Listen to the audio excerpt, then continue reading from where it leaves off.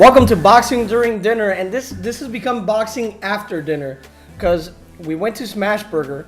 Alex took a little long setting up, and this burger is so good that I just couldn't. I had to eat the whole thing. I got the smash fries, which, you know, it's empty now, but has rosemary, garlic. It's amazing. If there's a smash burger near you, go to it. Go eat some smash burger because it's amazing. I go to the one here in Kendall Drive, 88th and 107th Avenue. So with that said, let's start Boxing During Dinner. First of all, another blow to the boxing world, another loss. Bert Sugar, who was a friend to all of us, you know, coming up, an inspiration to us that write about boxing and cover the sport, passed away this weekend at the age of 75. You know, our condolences to the Sugar family. Bert was always a staple at the fight. We would always see him with his hat, with his cigar, and his pajama pants. It was always a fun time to see Bert. Always a nice guy. You know, you'd see a whole bunch of us young writers crowd around Bert Sugar to get his take on fights and to learn about the business in general. And you know, a lot of you have expressed your condolences and experiences with Bert on Twitter and Facebook. You know, Kira Mulvaney, Kevin Ioli, Dan Rayfield, a whole bunch of you guys. You know, and you know, it's sad, but you know, it's life. It's a cycle, and you know, but this year has been very cruel to the sport of boxing. Bert Sugar, you will be missed, and I would have loved to have known Bert Sugar's opinion on this weekend's fight. No secret that I'm a big Carlos Molina fan, and boy, do I have a lot to say on this fight with James Kirkland. First of all, there's a whole bunch of things to talk about this fight. First of all, yes, I agree with many of you. A lot of you have reached out to me on Facebook and Twitter to explain, you know, your thoughts on the fight. And yes, I agree. Carlos Molina did fight a dirty fight. Molina was holding a lot. He maybe should have been warned about the holding. You know, there were some headbutts here and there. But, you know, he was winning the fight. He was winning the fight. Got caught by Kirkland in the 10th round. Didn't appear to be badly hurt. And yes, how many people are committed an error there during that 10th round? One, Molina's corner. Molina's cornerman was coming in, not paying attention to the count. After the bell rang, the referee told him to go out. He did, finish the count. By no means should Molina have been disqualified for this. You know, a lot of people have asked me, what are the rules in Texas? How does it differ from rules in other states? To my understanding, the rules in a lot of the states are pretty similar when it comes to this. If a trainer comes into the ring, you shall be disqualified. Now, whether it happens or not, I mean, I've seen it in a whole bunch of instances that the fighter does not get disqualified. So why did Carlos Molina get disqualified? Leon Margulies, who's the promoter, one of the promoters for Carlos Molina, he released a statement saying that he checked the rules. He's gonna file a protest to change it to a no contest because yes, you cannot be saved by the bell in any round, including the 12th and final round, as Harold likes to say, with Jim at the end. But in this instance, Molina was already up. He was fine. The bell rang. And the referee still went on with the 8 count.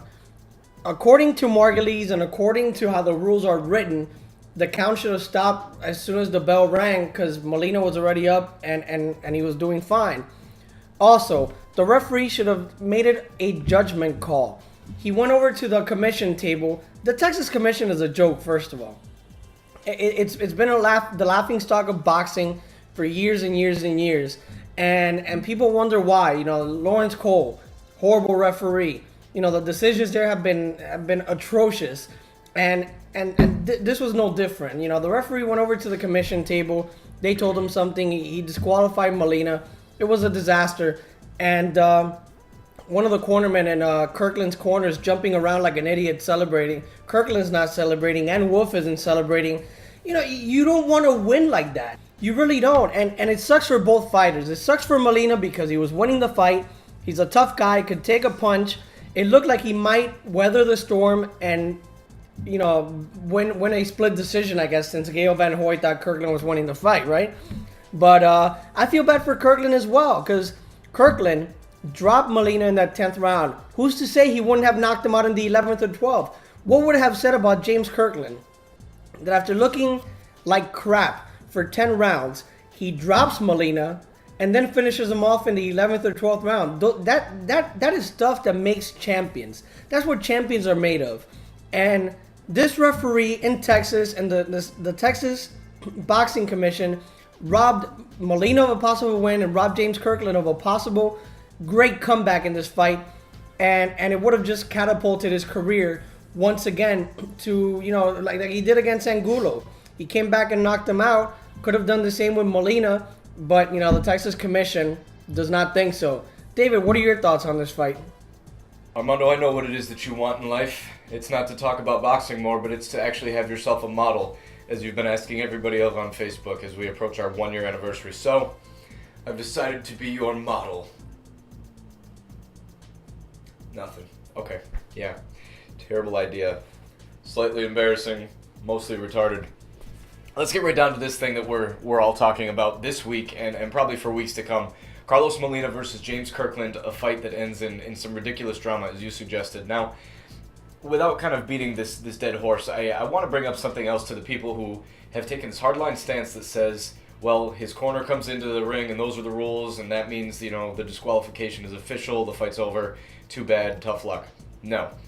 The rules in those commissions, Texas included, as ridiculous as they are, but most commissions say the referee may do such a thing, issue a disqualification or something like that. You don't have to look far to find examples of where the referee chooses not to do that. Exhibit 1, and a fighter that a lot of people, like to give credit to the fact that he's got an undefeated record, Floyd Mayweather Jr., if he was fighting in Texas on Saturday night under the same judge, would have had a first loss on his record. If you think back to when he fought Zab Judah gives a deliberate low blow to Mayweather in the middle of their fight. Roger Mayweather runs into the ring and tries to start fighting Zab Judah, which was far more egregious of a violation of the rules than anything that happened on Saturday night. But the referee takes hold of everything, clears the ring out, and manages to get things started once again, and the fight continues. Mayweather goes on, as we know, to defeat Zab Judah by unanimous decision, and he keeps his record intact, moves on to bigger and better things. Carlos Molina, not so lucky. And who knows what's going to happen with this guy, who now has a record of 19-5 or 6 or whatever with 6 or so knockouts. He's a dangerous opponent with very little upside for anybody. This, I think, was his one opportunity to crack through the glass ceiling of the junior middleweight division. And I think he might have missed out, unfortunately, because now he's the victim of a knockdown at the end of the round. People don't know, if he was going to come out and actually win the fight in the last 2 rounds. Not to mention that Gail Van Hoy had James Kirkland ahead by 1 round on his scorecard, which is just flat out ridiculous. Just another black eye for boxing this past Saturday. A total, disaster in the way that this thing was handled. And frankly, if you're a professional boxer who's not from Texas, there should be no incentive for you at all to ever fight in Texas. So yeah, David, that's a hot topic in boxing, and it'll probably continue to be for about a week or so. And then, we'll talk about something else. But Eric Morales against Danny Garcia was the main event that night. Morales lost his title on the scale and then came on and fought Danny Garcia. Danny Garcia fought a pretty good fight. Morales was ballsy and a warrior as usual. Got dropped in the latter rounds and lost a unanimous decision. The judges' scores were a bit wider than I thought they should have been. But one thing's for sure in my mind, Eric Morales should not be fighting anymore, at least not in that elite level, maybe not at all. If you're Eric Morales, you're a legend in boxing. You're going to come in out of shape into a fight, because you could tell just by looking at his body that he was not in shape for this fight. Came in 2 pounds over the weight limit of 140. He came in at 142. He decided he did not want to lose the weight, instead gave Garcia $50,000 and lost his title on the scales. And then, at times looked like he wasn't all there. Eric Morales should not be stepping into the ring if that's what he's planning on doing. I mean, he's a warrior. He has heart. He showed it in this fight. I mean, you saw Garcia's face after the fight. He looked like he was wearing a mask. And Garcia, he's a good fighter, but he's still he's still learning. He still has a little bit to go, and he's on his way up. At least he has a title belt now. He beat Eric Morales.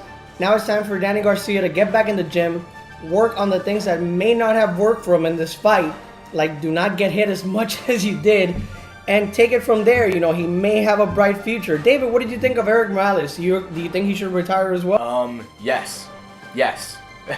As sad as it is to say, Eric Morales literally fought everybody, some of them more than once. Anybody who could have possibly been available to him as an opponent throughout his career, he took on. But frankly, Eric Morales should have stayed retired the first time after he lost to Manny Pacquiao in that third trilogy fight. It just was clear that Morales had lost something in those battles, not just against Pacquiao, but in everybody he'd fought before that. The guy, managed to make a lot out of a little. He continued his career on, moved up to 140 pounds. Couldn't even make weight at, this past fight. He actually came in 142. Had to pay $50,000 to his opponent, who ultimately ended up beating him. But, Danny Garcia did nothing to impress anybody who's really looking for a new star at 140 pounds. He collects an alphabet trinket, which really doesn't mean a whole lot in the grand scheme of things. But Eric Morales has been too slow. Just doesn't have the ability to hang with guys on an upper level anymore. The fact that he's still fighting and he's tough and everything, it makes it hard for a fighter of his caliber, a fighter who was of his caliber, to want to hang up the gloves. But that's the thing is, and we've talked about this in the past, these fighters have the fighter's mindset, but they don't understand what happens when they don't have the fighter's physical abilities anymore. Eric Morales is unfortunately past his prime, long past his prime, managed to make a decent comeback and probably extended it again a little bit too long. But I think it's time for him to hang up the gloves. David, Molina Kirkland and Morales Garcia weren't the only fights this weekend. Vernon Paris, who was mounting this tweeting campaign of pain against Zab Judah, fought Zab Judah and got his ass kicked. Zab Judah showed that he still has it, this late into his career. A lot of people counted out Zab Judah, and Zab needs to do something at this point of his career that maybe he hasn't done in other instances. I've always thought Zab Judah is one of the hardest hitters in boxing, and you guys may laugh. You guys may say, oh no, he doesn't hit as hard as Brandon Rios and Kirkland and all that. Maybe he doesn't, but he is a very hard hitter. I remember years ago, after Zab Judah lost to Corey Spinks, and I always say jokingly that I was the reason that Judah knocked out Spinks in the second fight, but obviously, there's a lot of things that came into that. But Zab Judah was sitting behind me at a fight down here in South Florida. He had just lost to Corey Spinks, and we were talking about the rematch, and I told him, Zab, you don't know how hard you hit. You're a power puncher. Yes, you're fast, you know how to box, but you hit as hard as anybody in boxing. I go, if you press the action against Corey Spinks, you will knock him out. And you proved it late in the fight. You dropped him. He did not follow up. So in the rematch, he comes out, blitzes Corey Spinks and knocks him out. And Zab Judah, I've always wanted to see Zab Judah do more of that. I've always wanted to see Zab Judah be more aggressive. Go for the knockout. Go for the kill. He did against Vernon Paris, and he was able to stop him, and it was a great stoppage. It's probably the best I've seen Zab Judah in years. And Zab may still have a career left. A fight with Danny Garcia isn't out of the question. It's a fight he may be able to win. David, what are your thoughts on Zab Judah? Because, asked me a couple of weeks ago, I probably would have counted him out as a legit contender, and now look what he does. I'll never forget that. Armando, you are convinced that you were responsible for Zab Judah beating Corey Spinks in the rematch. But you know what? I'm not going to tell you otherwise. You're absolutely right. But back to your point, is Zab Judah an elite fighter at 140 pounds? Does his victory over Vernon Paris reestablish him as a credible threat? No. Frankly, if he's going to fight the top fighters in any division, I feel like he's always going to be a step below. Now, that's not to take away anything from Zab Judah's physical qualities. He's still, even in his 30s and the wrong side of his career with over 50 fights at this point, he's still fast, he's still strong. He has the skills to be an elite fighter, and he always has. That was what a lot of people once upon a time said about him and Floyd Mayweather, after the Olympics. These two guys were going to be rising stars. The difference between Mayweather and Judah, and really Judah and anybody else, is that a lot of guys are willing to dig deeper in dark moments and fights and things like that than Judah ever was. And he fought Vernon Paris, a guy that he realized pretty quickly was not on his level as far as skills and mental makeup. And Judah can beat guys like that. And in fact, if Judah had the mental makeup of a stronger fighter, he could beat just about anybody in the sport even now. But that's not who Zab Judah is. When he gets in deep against guys like Miguel Cotto and saw Amir Khan, even guys like Carlos Baldomir earlier in his career, if he finds a guy who's mentally tougher than him, Judah doesn't know what to do in order to win those fights. Armando, you talked as, Judah have to kind of rely now more to being a power puncher, maybe, but at the end of the day, I don't see those things making a difference for a fighter who doesn't have the mental makeup, never really has, where it takes for him to dig in deep in fights that he might not really trust himself to come out on top. And frankly, that's what's going to leave Judah a step alone from now, at any point in his career, and until it's over.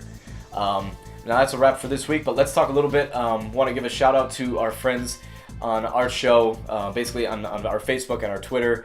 You guys are the ones who keep us exciting, and I've got the page open here. I want to give a shout out to Dustin Smith, Vicente Sanchez, a lot of you guys who are here all the time, Daniel Placeres. Who else we got? Rudy Rodriguez Chomat, Isaac Saiz, Jose Gonzalez. You guys are the friends and fans of our show that keeps us excited to do this. And we just would ask that you guys continue to share it with your friends rather than just commenting on our wall and stuff like that. Share the show with your friends. Get them on the YouTube page, the Facebook page, Twitter page, all that stuff. Shoot us an email at boxingduringdinner@gmail.com. And remember also that we're approaching our 1-year anniversary show, so I'll actually be in Miami for that one. It's an exciting moment for us, a 1-year milestone, which was just supposed to be something fun for me and Armando and our cameraman Alex to do once a week. It's turned into something that we're doing now, even in long distance. But if you guys know any models who want to be on our show to celebrate the 1-year anniversary, I know it's been a while since you've seen them, please have one of them shoot us a message or get in touch with us somehow. We'd love to have them on the show as well. Food sponsors as well. And don't forget, even as we get closer to our 1-year anniversary, we're going to have some information, some exclusive footage from Richard Abril's camp this week as he gets prepared for his fight against Brandon Rios. As we know, it was supposed to be Rios Gamboa. That's not happening. Richard Abril, who caused a lot of drama at the press conference, will step in for the fight. This will be for the full WBA lightweight title, where Abril is the current interim champion. Should be really exciting to see the stuff we've got from him at training camp. Episode 46 in the books. We'll see you next week for episode 47.